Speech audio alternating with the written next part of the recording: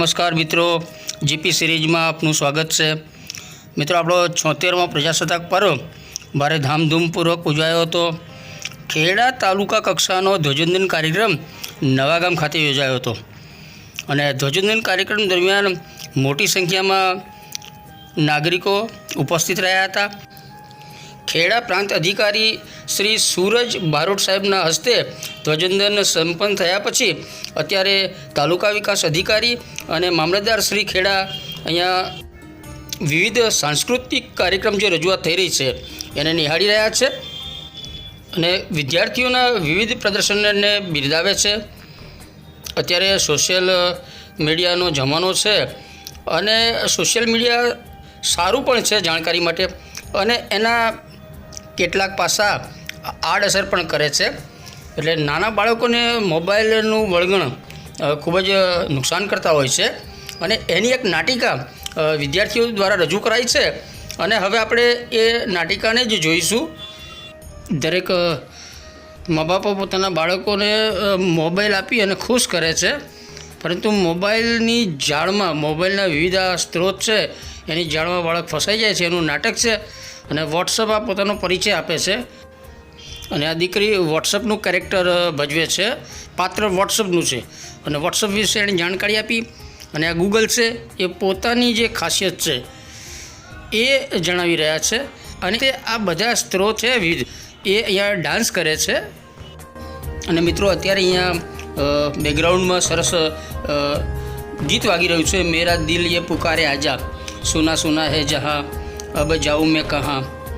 અને એ સોંગ અહીંયા રેકોર્ડિંગ છે એટલે આપણે સોંગ સંભળાવી શકતા નથી, પરંતુ અત્યારે સરસ કર્ણપ્રિય સોંગ અને અનુરૂપ ચાલી રહ્યો છે, વાગી રહ્યું છે, સંભળાઈ રહ્યું છે અને આ વિદ્યાર્થીનીઓ એને અનુરૂપ જ ડાન્સ કરી રહી છે।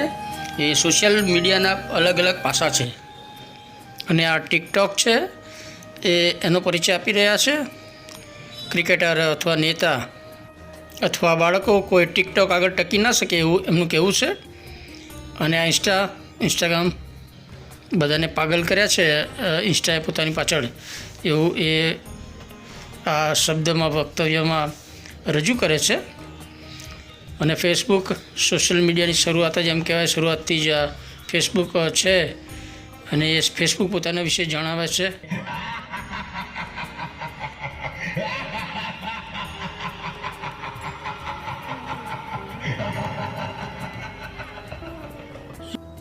એ દિવસ દૂર નથી કે જ્યારે આખી દુનિયા અમારા આ સોશિયલ મીડિયાના માધ્યમમાં નાચશે।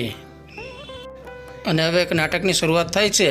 એક દીકરી છે તે તેના માતાને કહે છે કે મારે એક્ઝામ છે તો મને શીખવાડો, ભણાવો।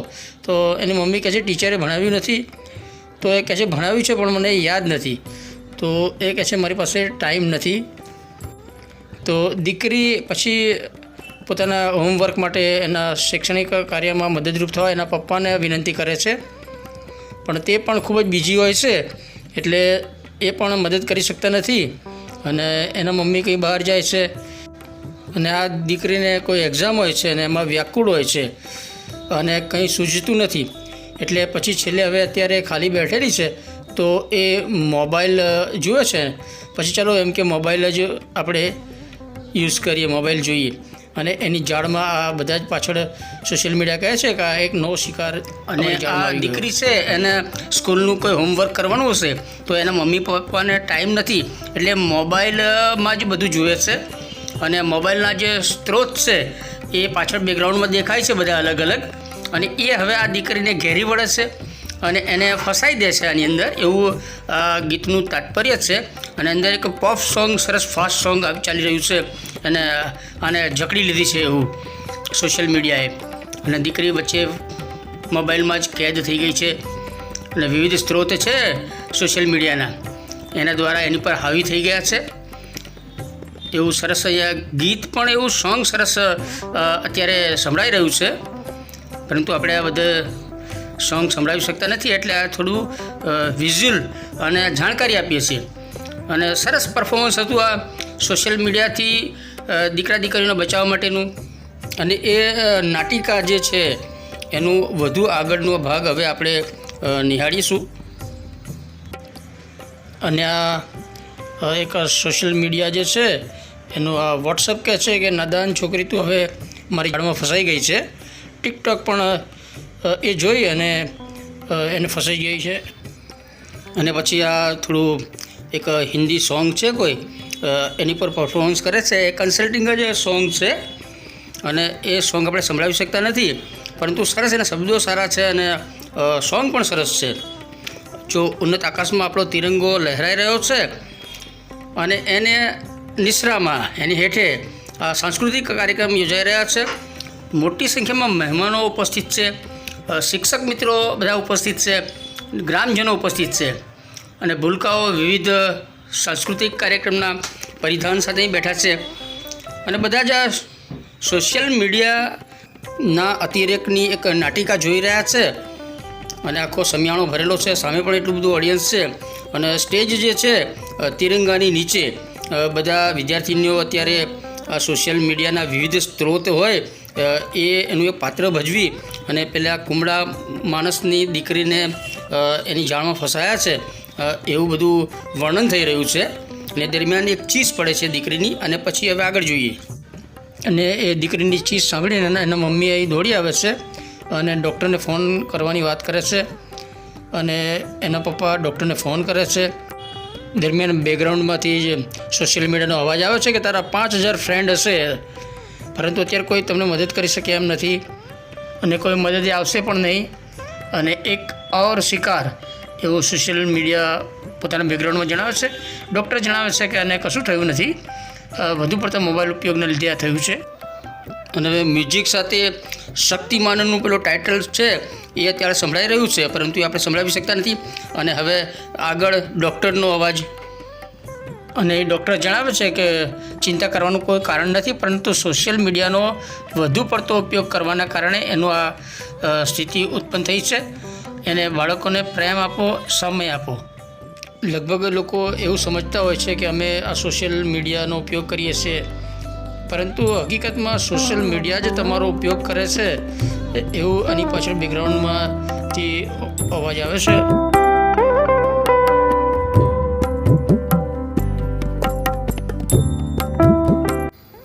અને આ નાટિકા અનુસાર બાળકોને થોડો ટાઈમ ફાળવો, મોબાઈલ ના આપો, પરંતુ બાળકો સાથે રમો, એની સાથે થોડો ટાઈમ વિતાવો.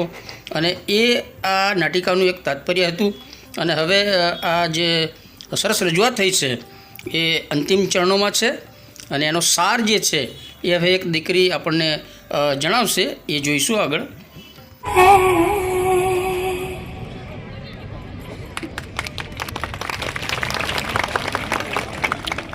હેલો, શું આ વાત સાચી નથી? શું તમારા ઘરમાં પણ આ પરિસ્થિતિ નથી? તો પ્લીઝ આ નાટકને સમજો અને મોબાઈલનો ઉપયોગ ઓછો કરો. પોતાના બાળકને પણ તેની લતથી દૂર રાખો. પરિવાર સાથે સમય પસાર કરો. પરિવાર જ સાચી મૂડી છે. જય હિન્દ, જય ભારત. સરવાણી શરૂ છે. 500 રૂપિયા ગભરુભાઈ જગાભાઈ ચૌહાણ તરફથી, 500 રૂપિયા વિપુલભાઈ કનુભાઈ પટેલ નવાગામ તરફથી આ કાર્યક્રમને ભેટ મળે છે. પુનઃ આપ સૌને ખૂબ ખૂબ અભિનંદન. અને મિત્રો, હવે આપણા આ કલમબદી વિસ્તારને સ્પર્શતી એક નાટિકા છે જેમાં જલ વાયુના પ્રદૂષણ બાબતની ધરતી માતાજીનો જે પોકાર છે એ આ કૃતિમાં રજૂ થયું છે. અને હવે બેકગ્રાઉન્ડમાં એક કરુણ ટાઈપનું થોડું મ્યુઝિક સંભળાઈ રહ્યું છે. અને આ ધરતી માતા છે એ પ્રદૂષણથી ત્રસ્ત છે અને એ એમનું દુઃખ અને દુઃખની લાગણી વ્યક્ત કરી રહ્યા છે. અત્યારે હવા, પાણી બધા ખૂબ જ પ્રદૂષિત છે અને જે રાસાયણિક ખાતર વાપરવામાં આવે છે એના કારણે ધરતી માતાની જે સ્થિતિ છે એનો આક્રોશ અત્યારે આ દીકરી છે એ વ્યક્ત કરી રહી છે. એક ધરતી માતાનો જે આક્રાંત હોય એ અત્યારે આ દીકરી બાખૂબીથી રજૂ કરી રહી છે.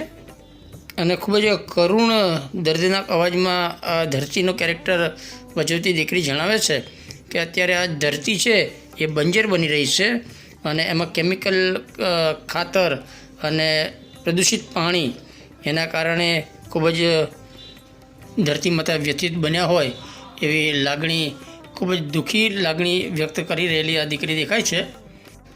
અને એ પોતાના ભૂતકાળનો જે સારો સમય હતો જ્યારે પ્રદૂષણ મુક્ત આ દુનિયા હતી એને યાદ કરી અને અત્યારે ઝૂમે છે, નાચે છે. એ ધરતી માતા છે.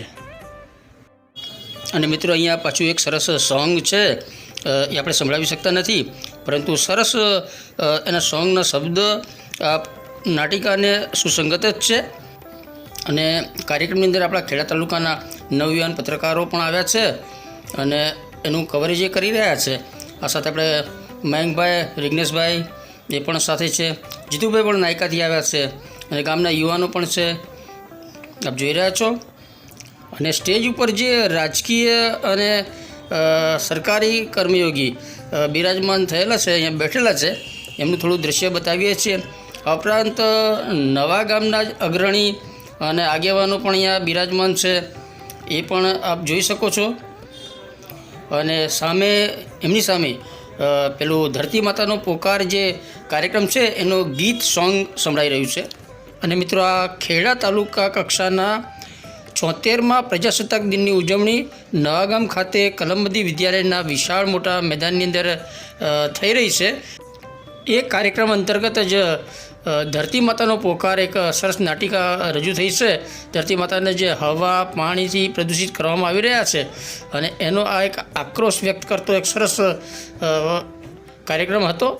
તમે જુઓ, વિશાળ સંખ્યામાં અહીંયા નાગરિકો ઉપસ્થિત છે અને સ્ટેજ ઉપર મહેમાનો પણ બિરાજમાન છે, આપ જોઈ રહ્યા છો. અને આ સરસ એક રંગારંગ કાર્યક્રમ યોજાયો હતો અને એના સાંસ્કૃતિક કાર્યક્રમની આપણે ઝલક આ બતાવીએ છીએ.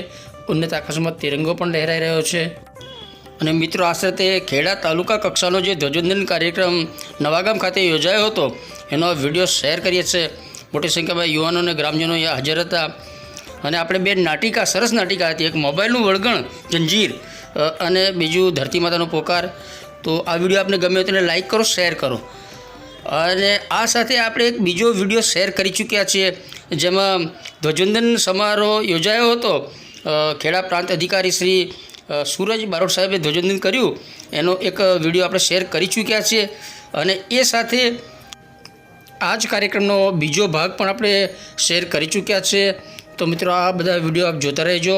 અને GP series channel first time જોઈ રહ્યા છો તો જીપી સિરીઝ ચેનલ સબસ્ક્રાઈબ કરો. જય હિન્દ, વંદે ગુજરાત.